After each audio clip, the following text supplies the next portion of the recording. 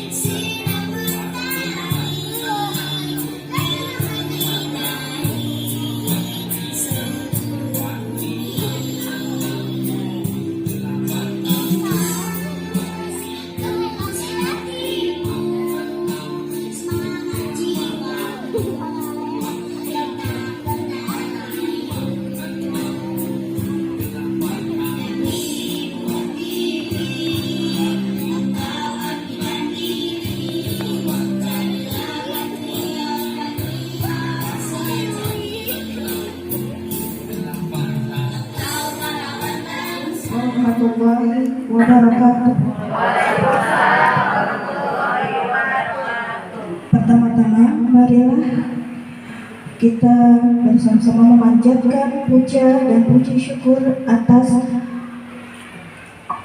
nikmatnya yang telah Allah berikan, sehingga kita dapat berkumpul pada acara paguyuban TK Negeri sekecamatan Cilincing. Salawat dan salam kita panjatkan kepada Nabi Muhammad SAW yang telah mencurahkan seluruh kasih sayangnya dan menyampaikan bimbing dan mengajarkan syariat Islam kepada seluruh umatnya hingga kita bisa terus mengamalkannya. Kepada yang terhormat Bunda Haja Aminah, MPD selaku pengawas TK sekecamatan Cilincing, yang kami hormati Ibu Khadijah selaku Ketua IKTK Kecamatan Cilincing, yang kami hormati Ibu Kepala Sekolah TK Negeri Sekecamatan Cilincing, dengan rendah hati mohon maaf kami tidak dapat menyebutkan namanya satu persatu, namun tidak menghormati rasa terima kasih kami atas kehadirannya. Kami juga mengucapkan selamat datang dan terima kasih kepada Bunda Aminah serta kepala sekolah dan para guru-guru TK Negeri sekecamatan Cilincing. Mohon maaf tidak dapat menyebutkan namanya satu persatu. Pada kesempatan ini saya sebagai pembawa acara akan membacakan susunan acara pada hari ini. Pertama pembukaan, kedua menyanyikan lagu kebangsaan Indonesia Raya, ketiga pembacaan doa, keempat sambutan Kepala TK Negeri Cilincing 01 sekaligus Ketua Paguyuban TK Negeri Sekecilincing, Ibu Anita Jaini. Yang kelima, sambutan dari Bunda Hajah Aminah MPD. Yang keenam, yang keenam, pembinaan kepegawaian oleh Bunda Hajah Aminah. Yang kesembilan, berbagi praktek baik oleh CGP Angkatan 8 dan 9. Baiklah, untuk selanjutnya marilah kita buka acara kita ini dengan pembacaan basmalah. Semoga acara kita ini dapat berjalan dengan lancar. Bismillahirrahmanirrahim. Acara selanjutnya menyanyikan lagu kebangsaan Indonesia Raya. Itulah saya. Jangan nangis, rorotan. Ya. Alhamdulillah, qadarullah. Saya PLT di Cilincing. Di sini pula saya harus berpamitan kepada cinta tanpa air mata. Kristina, stop. Saya masih diberi kesempatan bertemu dengan teman-teman semua, yang mana hari ini suatu kehormatan juga teman-teman sudah materi tadi disampaikan oleh Bu Anita, terutama tentang PLT itu tidak boleh disebutkan dulu. Sebetulnya nggak boleh, ya. Juga akan ada kepala sekolah baru juga nggak boleh disebutkan, ya. Tapi nggak apa-apa, udah terlanjur akan ada PLT-nya dari guru, dari kepala sekolah SD, yaitu dari TK Cilincing 01 rorotan. Enak susunya mama. Goyangnya Ibu. Mama. Enak susunya mama.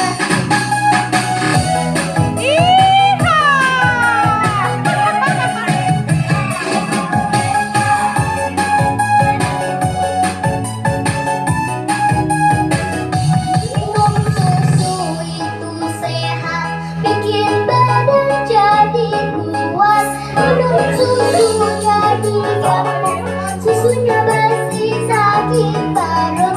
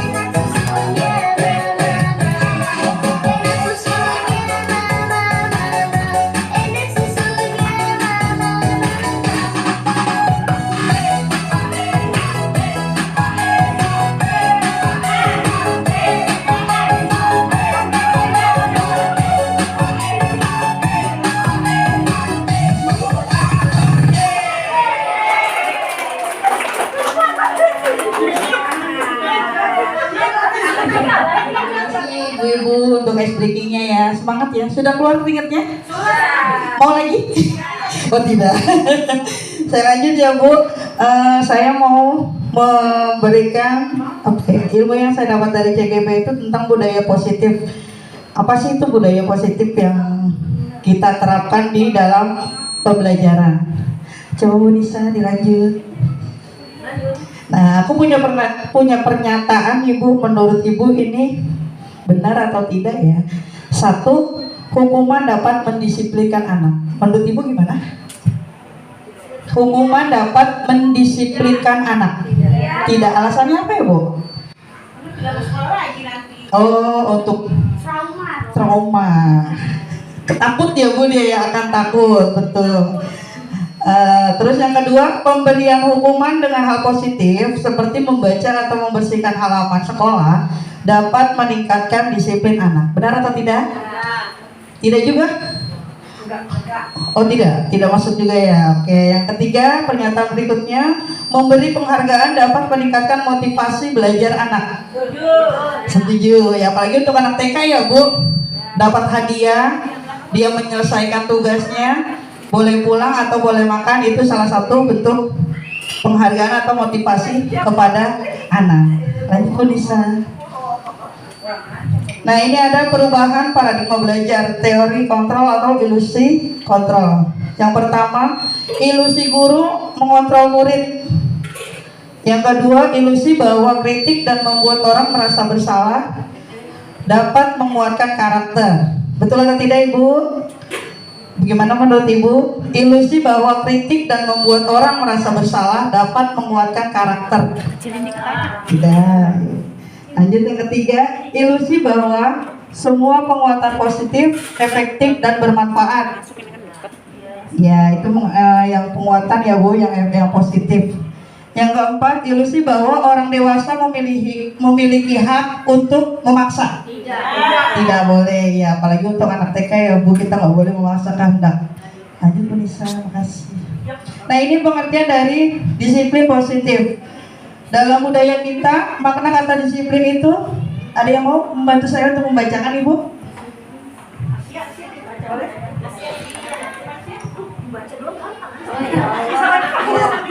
Yang mana itu? Oh, betul. Disiplin positif.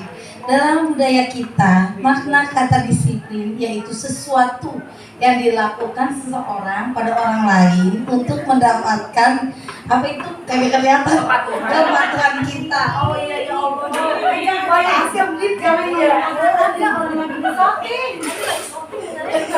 Kayak kelihatan notasinya. Lanjut. Oke, terus disiplin positif merupakan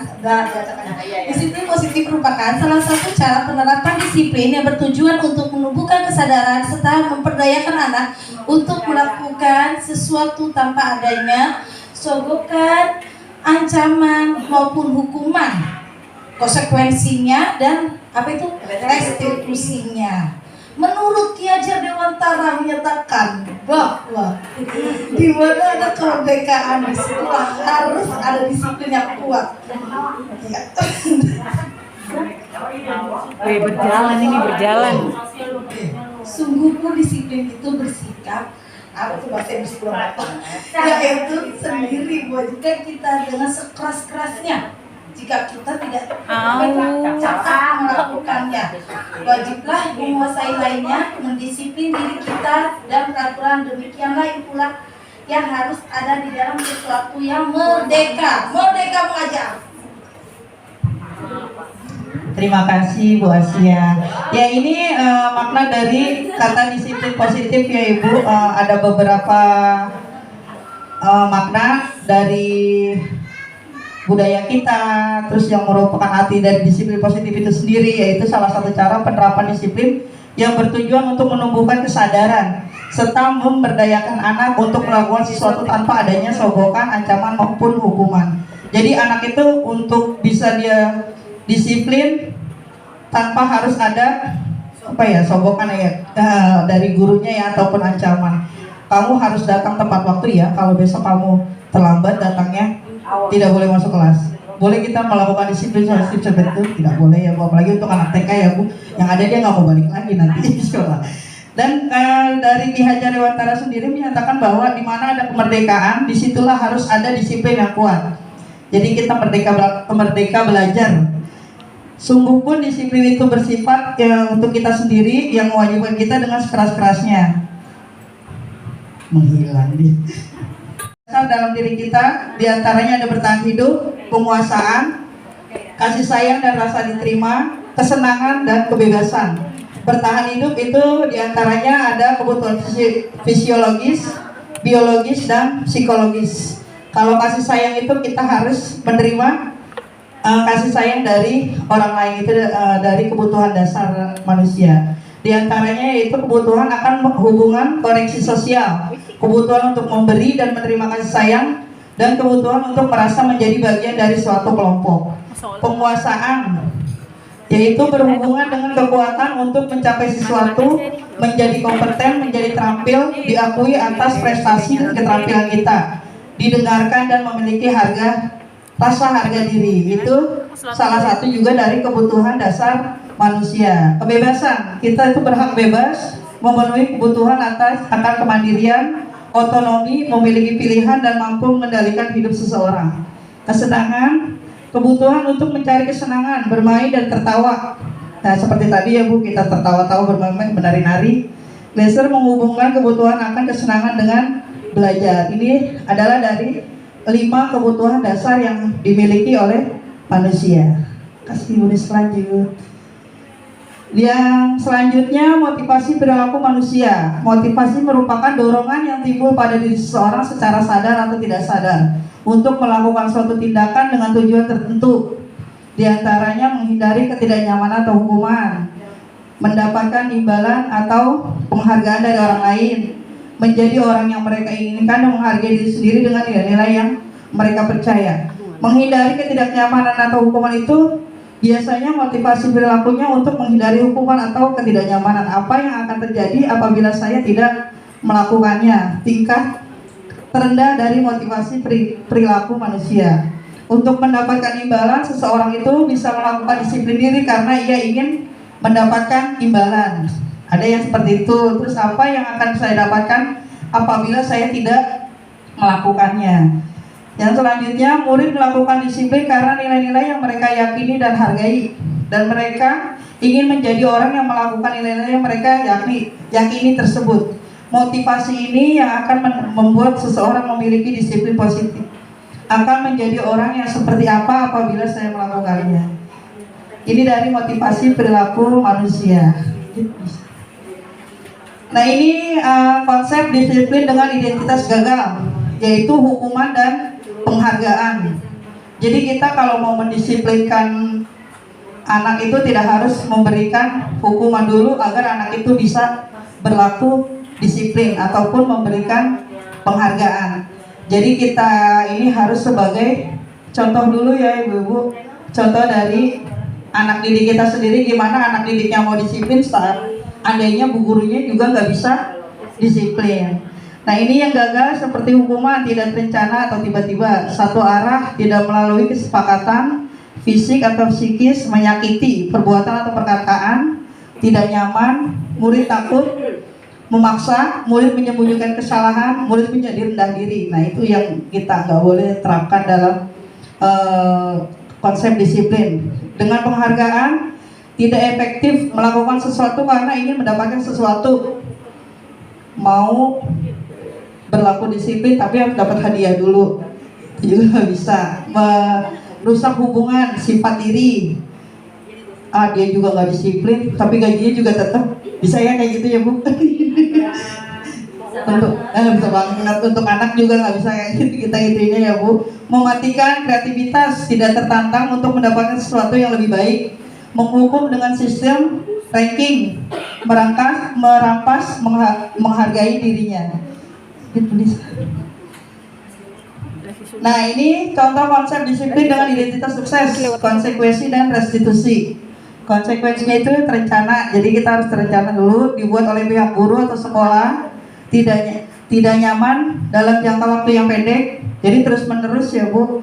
perlu monitoring berkelanjutan, stimulasi respon, murid menghargai peraturan, murid kehilangan waktu untuk merenungi kesalahan. Kalau restitusinya, murid bertanggung jawab untuk perilakunya, fokus pada pemecahan masalah jangka panjang, murid menghargai dirinya dan orang lain, teori kontrol, dirinya yang memegang kontrol, murid bersemangat memperbaiki dirinya. Ini konsep disiplin yang dengan identitas sukses. Di sini ada pendekatan restitusi, yaitu sebuah pendekatan untuk menciptakan disiplin positif. Prosesnya itu menciptakan kondisi bagi murid untuk memperbaiki kesalahan mereka sehingga mereka bisa kembali pada kelompok mereka dengan karakter yang lebih kuat. Proses kolaboratifnya yang mengajarkan murid untuk mencari solusi untuk masalah dan membantu murid berpikir tentang orang seperti apa yang mereka inginkan dan bagaimana mereka harus memperlakukan orang lain. Ini salah satu pendekatan restitusi. Ciri-cirinya yaitu, ada yang bisa bantu membacakannya?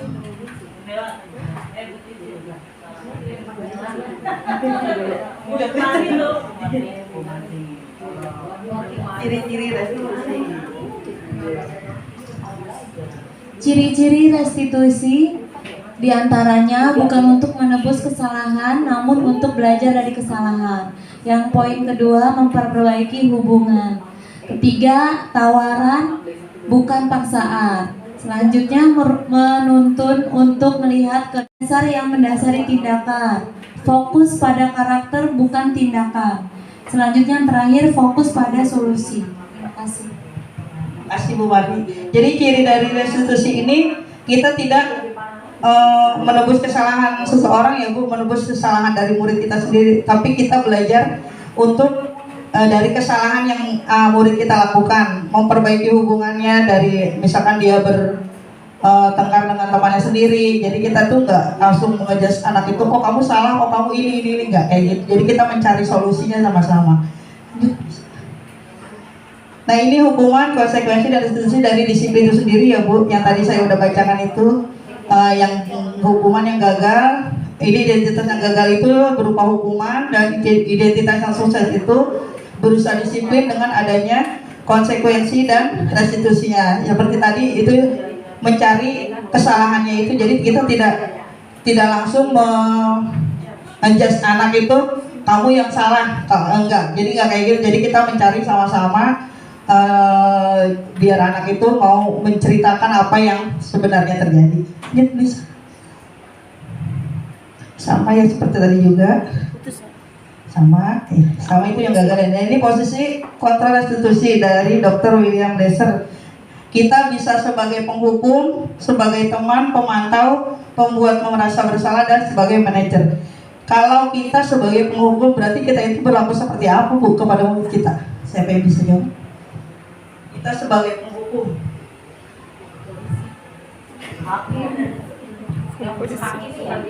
menghakimi ya, kita berarti menghakimi murid itu sendiri. Itu nggak boleh ya Bu seperti itu. Dan harusnya itu kita kita harus sebagai teman, pemantau. Jadi kita tuh mencari tahu dulu sebenarnya ada apa. Kan nggak mungkin anak itu ujuk-ujuk dia bisa main pukul aja sama temannya, itu kan nggak mungkin, pasti kan ada sebabnya. Dan kita sebagai manajer itu jadi seperti antara kepala sekolah dan guru bertanya langsung dulu kepada anaknya. Nah ini jadi posisi kontrol restitusi. Nah ini yang sebagai penghukum Bu, guru menggunakan hukum fisik yang seperti tadi saya bilang ya, itu nggak bisa ya Bu, kita nggak bisa seperti itu. Terus guru-guru yang menerapkan posisi penghukum akan berkata, patuhi aturan saya atau awas ya. Nah, nggak boleh itu kita terapkan kepada murid kita. Lanjut please. Nah ini pembuat merasa bersalah. Guru akan bersifat lemah lembut dengan kata-kata yang keluar seperti, ibu sangat kecewa sekali dengan kamu. Berapa kali bapak harus memberitahu kamu ya. Jadi kata-katanya tuh nggak yang kasar ya Bu.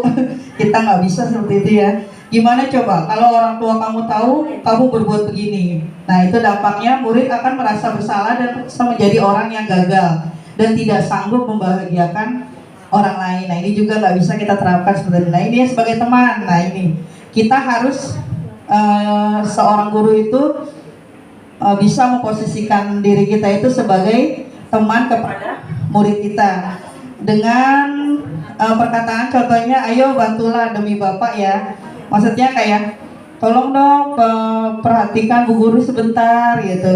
Dengan kata-kata seperti pasti kan anak itu bakal mau ya Bu ngeperhatiin kita ke depan gitu untuk menjelaskan pembelajarannya. Ayo ingat tidak bantuan Bapak selama ini. Ya sudah, kali ini tidak apa-apa, namun Ibu bantu bereskan. Dampaknya itu positif, murid akan merasa senang dan akrab dengan guru. Negatifnya, murid menjadi tergantung pada guru. Ini juga sebenarnya tidak harus kita terapkan, terlalu kita terapkan ya Bu, biar dia bisa mandiri. Nah, sebagai pemantau, biasanya itu guru peraturannya apa ya? Apa yang telah kamu lakukan? Sanksi apa? Sanksi atau konsekuensinya seperti apa? Nah, ini guru posisinya sebagai pemantau berdasarkan pada peraturan-peraturan dan konsekuensi. Kayak kita sudah membuat peraturan kelas ya Bu kepada murid kita. Contohnya selalu membereskan mainan, selesai dimainkan.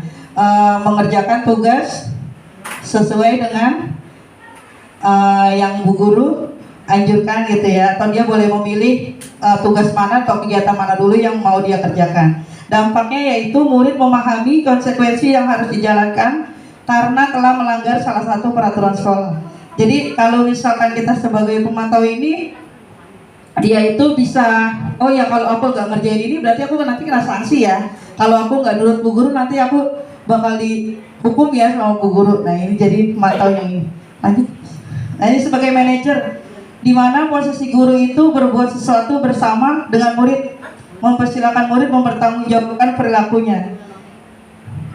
Dengan seorang manajer akan berkata apa yang kita yakini, seperti tadi yang saya bilang, kita membuat keyakinan kelas kepada murid kita sama-sama. Apa kamu meyakininya? Jadi anak itu udah terbiasa melakukan sesuatu sesuai dengan yang kita sudah buat bersama-sama, kesepakatan yang udah kita buat sama-sama. Dampaknya yaitu murid akan bertanggung jawab mencari jalan keluar permasalahannya dengan bimbingan dari seorang guru. Nah ini dari motivasi ya Bu, motivasi eksternal dan motivasi intrinsik dengan identitas gagal dan identitas berhasil atau sukses. Kita kalau gagal berarti yang negatif itu kita. Kalau untuk yang identitas berhasil atau sukses, kita itu sebagai teman, pemantau dan manajer. Nah ini sama masih lanjutannya yang tadi. Nah ini keyakinan kelas ya Bu, Ibu pasti buat ya keyakinan kelas di kelasnya masing-masing kan. Pasti kita harus menerapkan itu agar posisi kegiatan belajar mengajar kita itu berjalan sesuai dengan aturan. Kalau kita tidak membuat keyakinan kelas, pasti akan apa ya, kegiatannya kacau ya. Iya nggak sih? Ya seperti ini nih prosedur pembuatannya. Jadi kita membuat keyakinan kelas itu bersama dengan murid kita, harus disepakati bersama-sama. Ini contohnya seperti ini ya Bu. Nanti kalau mau ininya soft copy-nya nanti saya kasih. Lanjut tulis. Iya, nanti saya berikan. Nah ini contoh kesepakatan kelas B2 hadir tepat waktu, berdoa sebelum dan setelah melakukan kegiatan, saling menyayangi, menjaga kebersihan ruang kelas kita, mengangkat tangan saat ingin berbicara. Nah ini salah satu contoh dari kesepakatan kelas yang sudah saya buat di kelas saya. Mungkin di ibu-ibu yang juga hampir sama ya, karena kita kan dunia TK ya, nggak jauh dari sama sih. Di SD juga, di SMP juga pasti sepakatan begitu dengan mau hadir tepat waktu, berdoa sebelum dan sesudah melakukan kegiatan, saling menyayangi dan lain sebagainya. Nah ini yang tadi Bu, segitiga restitusi tadi. Jadi dia itu ada validasi tindakan yang salah, menanyakan keyakinan dan menstabilkan identitas. Jadi kalau validasi tindakan yang salah itu maksudnya kamu tentu punya alasan mengapa melakukan itu. Itu salah satu pertanyaan yang kita berikan kepada anak didik kita. Adakah cara yang lebih efektif untuk mendapatkan apa yang kamu butuhkan? Jadi kalau misalkan anak itu mau bermain tapi dia nggak mau gantian gitu loh, bisa kan dia ngerebut aja. Nah itu nggak bisa seperti itu ya Bu. Kita masukin ke restitusi ini dengan pertanyakan ada cara yang lebih efektif untuk mendapatkan yang kamu butuhkan. Dan untuk menanyakan keyakinannya, ya keyakinan kelas apa yang kita udah buat, kayak kita anak itu mau bermain harus bergantian mainannya, itu nggak bisa anak itu merasa oh ini punya saya, teman saya nggak boleh pinjam. Nah itu nggak bisa seperti itu ya. Itu salah satu dari keyakinan kelas yang kita sudah sepakati. Dan untuk menstabilkan identitasnya, setiap orang pasti pernah melakukan kesalahan. Kamu bukan satu-satunya yang pernah melakukan kesalahan ini. Ya lanjut bisa. Nah ini ya Bu, menstabilkan identitasnya yang tadi saya udah bilang ya Bu, kalimat-kalimatnya juga lebih efektif. Berbuat salah itu tidak apa-apa, jadi jangan yang kamu salah ya, kamu udah ini ya, kamu ini ya, nggak bisa kayak gitu ya Bu kita kepada anak kita. Dengan kalimat-kalimat di atas akan sangat sulit, bahkan hampir tidak mungkin buat anak akan tetap membangkang. Jadi kita kasih kalimatnya yang positif. Gitu. Nah ini yang kedua tadi validasi tindakan yang salah. Setiap tindakan kita dilakukan dengan satu tujuan, yaitu memenuhi kebutuhan dasar, menunjukkan bahwa guru memahami alasan dibalik tindakan murid. Padahal kamu bisa melakukannya yang lebih buruk dari ini ya, yaitu yang salah ya Bu. Yang ketiga yaitu menanyakan keyakinan. Teori kontrol menyatakan bahwa kita pada dasarnya termotivasi secara internal ketika identitas sukses telah tercapai atau langkah 1 dan 3 laku yang salah telah divalidasi langkah 2, maka anak akan siap untuk dihubungkan dengan nilai-nilai dia percaya dan berpindah menjadi orang yang dia inginkan. Jadi pertanyaannya itu apa yang kita percaya sebagai kelas atau keluarga. Yang kedua, apa nilai-nilai namun yang kita telah sepakati. Penting untuk ditanyakan kepada anak, kehidupan seperti apa nantinya yang akan mereka inginkan. Apakah kamu ingin menjadi orang yang sukses, bertanggung jawab, atau bisa dipercaya? Ini salah satu menunjukkan keyakinan ya Bu kepada anak kita, anak didik kita. Gak bisa diputar ya videonya? Iya ada videonya.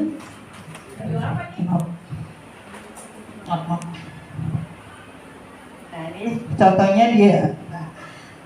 Sebenarnya ini dia maksudnya bercanda ya Bu. Cuma bahaya nggak sih Bu kalau seperti ini? Bahaya.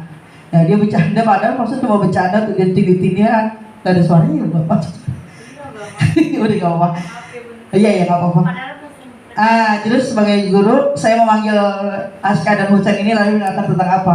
Nah ini salah satu contoh praktik segitiga restitusi. Jadi saya bertanya, tadi kamu tuh ngapain? Main seperti itu bahaya nggak? Terus dijawab bahaya Bu. Bahaya untuk siapa? Untuk teman kita. Nanti kita, dia bilang benjol, dia bilang gitu. Temennya sakit, dia bilang gitu. Ada suara saya Pak. Ini salah satu contoh praktik kita tanyain keyakinan. Terus harusnya kita seperti apa? Gak boleh Bu kayak gitu. Dia bilang bercandanya gak kayak gitu, bermainnya gak seperti itu. Terus kalau kamu melakukan kesalahan itu kamu harus ngapain? Aku minta maaf Bu sama teman aku. Nah ini dia yang terdakwa ya Bu. Terdakwa di kelas itu dia yang super aktif berdua. Nah itu tadi kita mencari data dulu, stabilkan, meyakini, dan selanjutnya berbagi tadi yang terakhir itu ya Bu. Jadi kita nggak bisa menjudge murid itu, oh kamu yang salah, oh kamu yang ini ya tadi ya, kamu yang ini, nggak bisa. Jadi kita harus panggil anaknya, kita tanyakan apa yang terjadi, terus kita cari solusinya sama-sama, kita mencari jalan keluarnya bersama-sama. Oke Bu Nisa, kita aja karena nggak ada suara. Contohnya ya Bu seperti itu, praktik segitiga restitusi. Oh sudah selesai Ibu, terima kasih Ibu atas waktu dan tempatnya. Saya sudah diberikan kesempatan untuk berbagi ilmu yang saya dapatkan dari calon guru penggerak ini. Semoga yang belum bisa merasakan seperti saya nanti dapat bisa merasakan juga. Mengikuti pendidikan calon guru penggerak ini penuh dengan apa ya Bu, tantangan, ilmu, pengalaman banyak banget Bu, karena kita itu kolaborasi dengan SD, SMP, SMA. Semuanya itu masuk di situ. Jadi malah guru TK itu di angkatan saya, di angkatan 9 ini hanya semper dan penjaringan ya kalau nggak salah yang masuk di CGP angkatan 9. Saya kira cukup. Terima kasih atas waktu dan tempatnya. Billahi taufiq wal hidayah. Assalamualaikum warahmatullahi wabarakatuh.